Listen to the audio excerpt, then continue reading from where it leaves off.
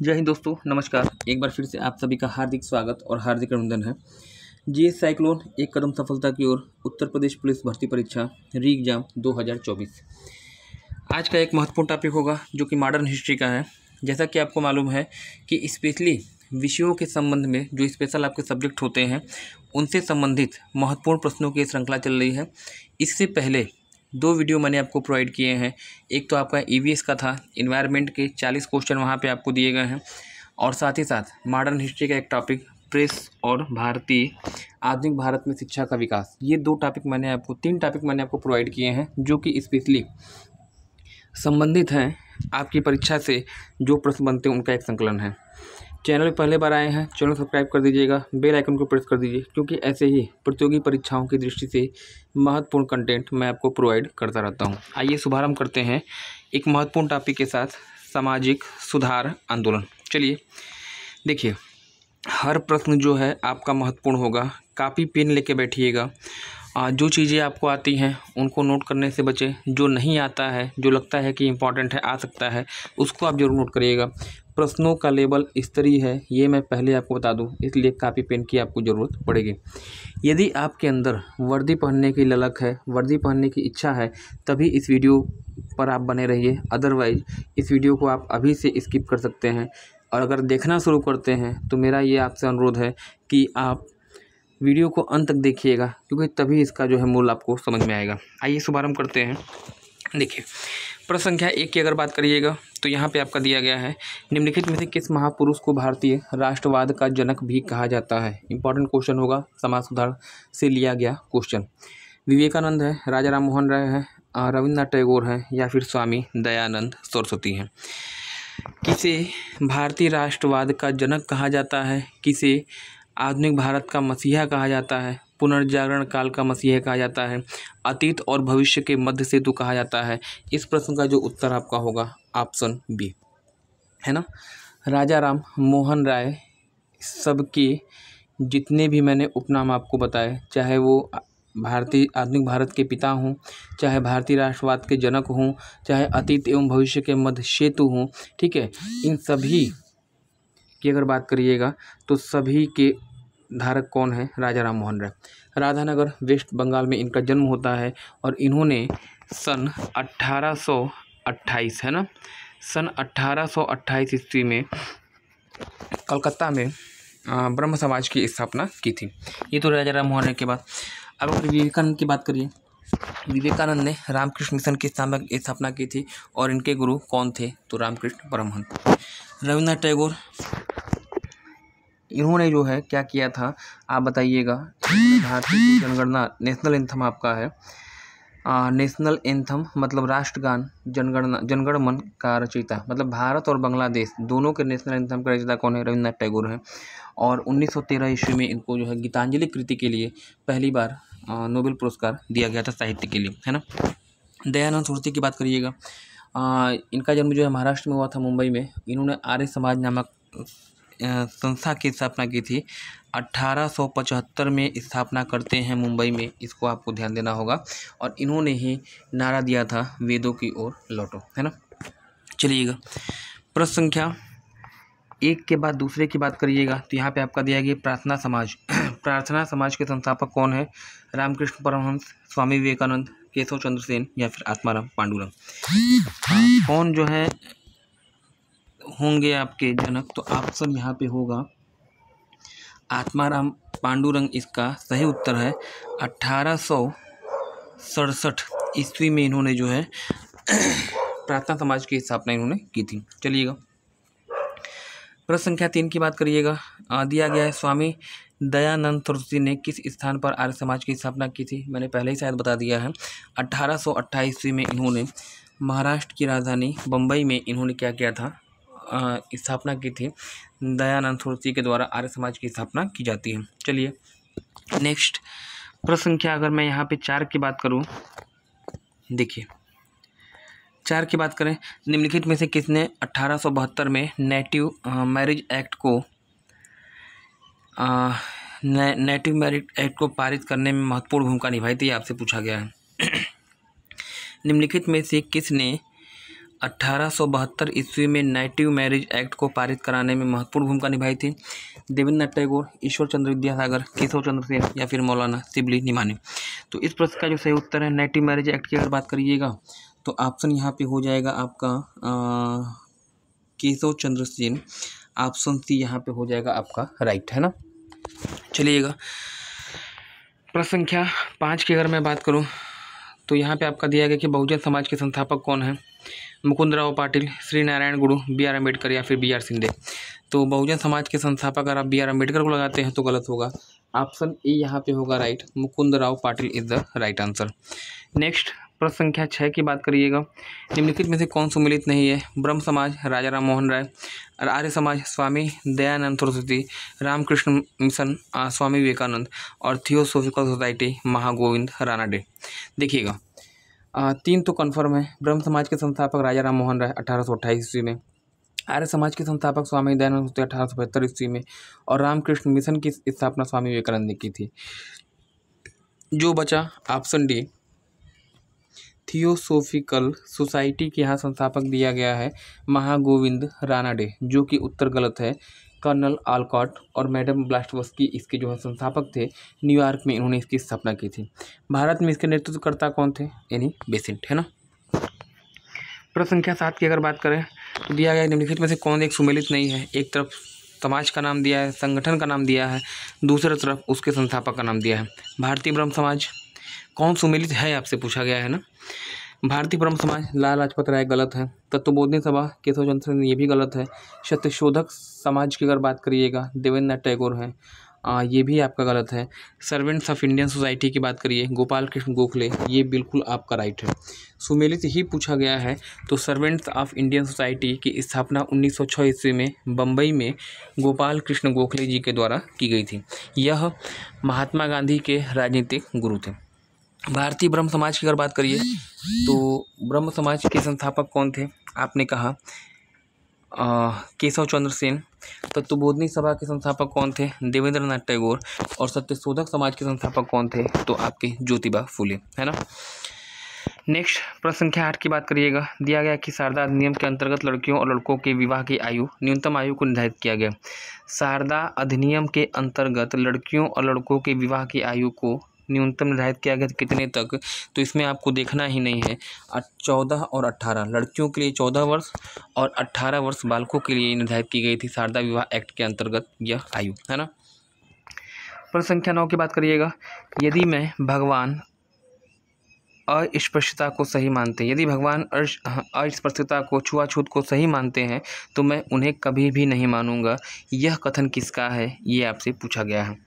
यदि भगवान छुआछूत को और अस्पृश्यता को सही मानते हैं तो मैं उनको कभी नहीं मानूंगा। कौन कहता है? बाल गंगाधर तिलक, भीमराव अम्बेडकर, ज्योतिबा फुले या फिर महात्मा गांधी।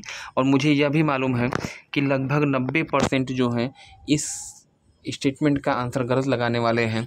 आप या तो लगाएंगे भीमराव अम्बेडकर को, जो गलत होगा, या आप लगाएंगे ज्योतिबा फुले, ये भी गलत होगा। महात्मा गांधी लगाते हैं तब भी गलत होगा।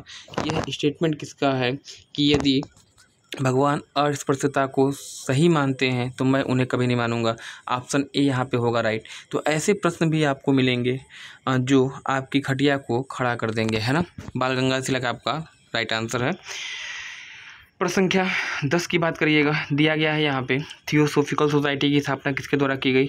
महात्मा गांधी, राजा राम मोहन राय, स्वामी विवेकानंद या फिर कर्नल ऑलकॉट, मैडम ब्लास्टवस्की, जो कि मैंने शायद पहले ही आपको बता दिया है। कर्नल ऑलकॉट, मैडम ब्लास्टवस्की, न्यूयॉर्क में इन्होंने थियोसोफिकल सोसाइटी की स्थापना की थी। महात्मा गांधी के द्वारा हरिजन संघ की स्थापना की गई। राजा राम मोहन राय के द्वारा ब्रह्म समाज की स्थापना की गई। स्वामी विवेकानंद के द्वारा रामकृष्ण मिशन की स्थापना की गई थी। नेक्स्ट जो अगला क्वेश्चन आपका यहाँ पे दिया गया है, महाराष्ट्र के किस समाज सुधारक को लोकहितवादी के नाम से भी जाना जाता है? किस समाज सुधारक को आप लोकहितवादी भी कहते हैं?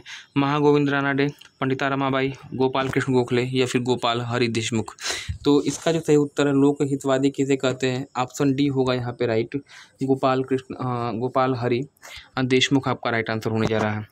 प्रश्न संख्या 12 की बात करिएगा, कलकत्ता के प्रसिद्ध प्रेसिडेंसी कॉलेज, इसे पूर्व में हिंदू कॉलेज भी कहा जाता था, प्रसिद्ध प्रेसिडेंसी कॉलेज की स्थापना किसके द्वारा की गई? महागोविंद रानडे, राजा राम मोहन राय, देवेंद्रनाथ टैगोर या फिर विलियम कैरी। तो प्रेसिडेंसी कॉलेज की स्थापना किसने की थी? ऑप्शन बी यहाँ पे होगा, राजा राम मोहन राय भी कहा गया है ना। चलिएगा, प्रश्न संख्या 13, निम्नलिखित में से रामकृष्ण मिशन की स्थापना किसके द्वारा की गई है? प्रचलित क्वेश्चन, चर्चित क्वेश्चन, गलत करेंगे नहीं आप। स्वामी विवेकानंद, है ना। नेक्स्ट, प्रश्न संख्या 14 की अगर बात कर लीजिएगा, थियोसॉफिकल सोसाइटी का नेतृत्व किसके द्वारा किया गया था? स्थापना तो कर्नल ऑलकॉट के द्वारा की गई, लेकिन इसका नेतृत्व भारत में किसने किया है? एनी बेसेंट, है ना। आप मुझे कमेंट सेक्शन में बताइएगा कि एनी बेसेंट का संबंध किस देश से है, किस देश की नागरिक थी एनी बेसेंट। प्रश्न संख्या अगर मैं यहाँ पे 15 की बात करूँ तो यंग बंगाल आंदोलन के प्रवर्तक आपसे पूछे गए हैं, गलत आप करेंगे नहीं। प्रचलित क्वेश्चन है, चर्चित क्वेश्चन है, किसने यंग बंगाल आंदोलन की स्थापना की है? हेनरी विवियन डेरेजू आपका उत्तर राइट होगा। प्रश्न संख्या 16 की बात करिए, भारतीय ब्रह्म समाज के संस्थापक कौन थे? राजा राम मोहन राय, केशव चंद्र सेन, देवेंद्रनाथ टैगोर या फिर आत्माराम पांडुरंग। भारतीय ब्रह्म समाज, ऑप्शन सी होगा राइट, देवेंद्रनाथ टैगोर यहाँ पे तत्वबोधिनी सभा और ये दोनों, है ना। प्रश्न संख्या 17 की बात कर लीजिएगा, तो यहाँ पे आपका दिया गया है, निम्नलिखित में से किस व्यक्ति के द्वारा सबसे पहले स्वराज शब्द का प्रयोग किया जाता है? स्वराज शब्द का प्रयोग किसके द्वारा किया गया? बाल गंगाधर तिलक, मोतीलाल नेहरू, स्वामी दयानंद या फिर राजा राम मोहन राय। स्वराज की बात करिए किसने किया था प्रयोग, तो इसका जो सही उत्तर अगर आप बाल गंगाधर तिलक लगाएंगे तो उत्तर गलत होगा, सी आपका होगा राइट, स्वामी दयानंद तुलसी ने क्या किया था? ये प्रयोग किया था सबसे पहले, है ना। और स्वराज मेरा जन्मसिद्ध अधिकार है, मैं इसे लेकर रहूँगा, ये बाल गंगाधर तिलक का स्टेटमेंट था। चलिए, प्रश्न संख्या 18 की बात करिएगा, नरबली प्रथा को समाप्त करने के लिए कानून किसके शासनकाल में तैयार हुआ? Lord William Bentinck, Lord Hardings, Lord Wellesley या फिर लॉर्ड कॉर्नवालिस। सती प्रथा बताएंगे, पूछेगा, लॉर्ड विलियम बेंटिक बताइएगा। नरबली प्रथा की बात हो रही है, ऑप्शन बी बताइएगा, Lord Hardinge is the right answer. Next, प्रश्न संख्या 18 के बाद 19 की बात करिएगा, निम्नलिखित में से कौन सा आंदोलन ईश्वर चंद्र विद्यासागर के द्वारा चलाया गया था? ईश्वर चंद्र विद्यासागर, जाति प्रथा पे रोक, सती प्रथा पे रोक, विधवा पुनर्विवाह या फिर नरबली प्रथा पे रोक। तो ऑप्शन सी यहाँ पे होगा, विधवा पुनर्विवाह इन्होंने आंदोलन चलाया था। जो महिलाएं कम उम्र में विधवा हो जाती थी, जिसका पति मर जाता था, उनके पुनर्विवाह के लिए। नेक्स्ट, प्रश्न संख्या 20 की बात करिएगा, निम्नलिखित में से किसे आधुनिक भारत का मसीहा, अतीत एवं भविष्य के मध्य सेतु, युग दूत के नाम से भी जाना जाता है? चर्चा पहले ही हो चुकी है, दिक्कत आपको होगी कि नहीं, सबकी पहले ही प्रश्न मैंने इसका सबकी व्याख्या कर दिया था, लेकिन समस्या ये है कि जो उत्तर सही है वो ऑप्शन में है ही नहीं, है ना। आधुनिक भारत के पिता, आधुनिक भारत का मसीहा, अतीत एवं भविष्य के मध्य सेतु और युगदूत के नाम से कौन जाना जाता है? राजा राम मोहन राय, है ना। राजा राम मोहन राय, है ना। ये थे आपके इन चारों के धारक। पहली चीज, प्रश्न मेरा आपसे ये कि राजा राम मोहन राय को युगदूत की उपाधि से किसने सम्मानित किया था, किसने ये उपाधि उनको दी थी? आप मुझे कमेंट करके कमेंट में बताएंगे। ओके, 21 की बात करिएगा, निम्नलिखित में से कौन देवेंद्रनाथ टैगोर से संबंधित है? कौन सा संगठन देवेंद्रनाथ टैगोर से संबंधित है? सत्यशोधक समाज, ज्योतिबा फुले हैं, महाजन सभा, कोई मतलब इनसे है नहीं, आत्मीय सभा, आपका कोई मतलब नहीं है, राजा राम मोहन राय का ही संस्था है। ऑप्शन डी यहाँ पे होगा राइट, डी होगा यहाँ पे राइट, तत्वबोधिनी सभा आपका उत्तर होने जा रहा है राइट। नेक्स्ट, 21 की बात करिएगा, निम्नलिखित में से किसने 1829 में सती प्रथा को गैर कानूनी घोषित किया था? किसने सती प्रथा को गैर कानूनी कहा? तो ऑप्शन होगा यहाँ पे D, Lord William Bentinck is the right answer, जो कि भारत के पहले गवर्नर जनरल थे। 23, निम्नलिखित में से किसने भारत में निचली जाति की लड़कियों के लिए स्कूल खोले थे? भीमराव अम्बेडकर। ये क्वेश्चन आपको करेगा परेशान। निम्नलिखित में से किसने भारत में निचली जाति के लड़कियों के लिए स्कूल खोले? भीमराव अम्बेडकर, महात्मा गांधी, एनी बेसेंट या फिर ज्योतिबा फुले। BR अम्बेडकर लगाएंगे, गलत होगा। महात्मा गांधी लगाएंगे, वो भी गलत होगा। एनी बेसेंट का कोई मतलब नहीं है। ज्योतिबा फुले यहाँ पे उत्तर होगा राइट, सत्यशोधक समाज के संस्थापक रहे हैं। नेक्स्ट, प्रश्न संख्या 14 की बात करिएगा, निम्नलिखित में से कौन तुम्हेलित नहीं है पूछा है? सती प्रथा का उन्मूलन 1829 में हुआ था। शारदा एक्ट 1929 में आपका आया था। विवाह के आयु संबंधी अधिनियम 1856 में आपका आया था।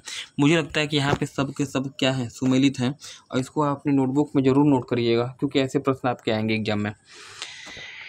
आज के सेशन का 25वां क्वेश्चन, 1924 में बंगाल के तारकेश्वर आंदोलन का संबंध किससे है? 1924 के बंगाल के तारकेश्वर आंदोलन का संबंध किससे है? मंदिरों में भ्रष्टाचार, हिंसा, राजनीतिक नेताओं की गिरफ्तारी या फिर सांप्रदायिकता? तो इसका जो उत्तर होगा, मंदिरों में भ्रष्टाचार किससे रिलेटेड है? उत्तर आपका होगा ए, ऑप्शन ए।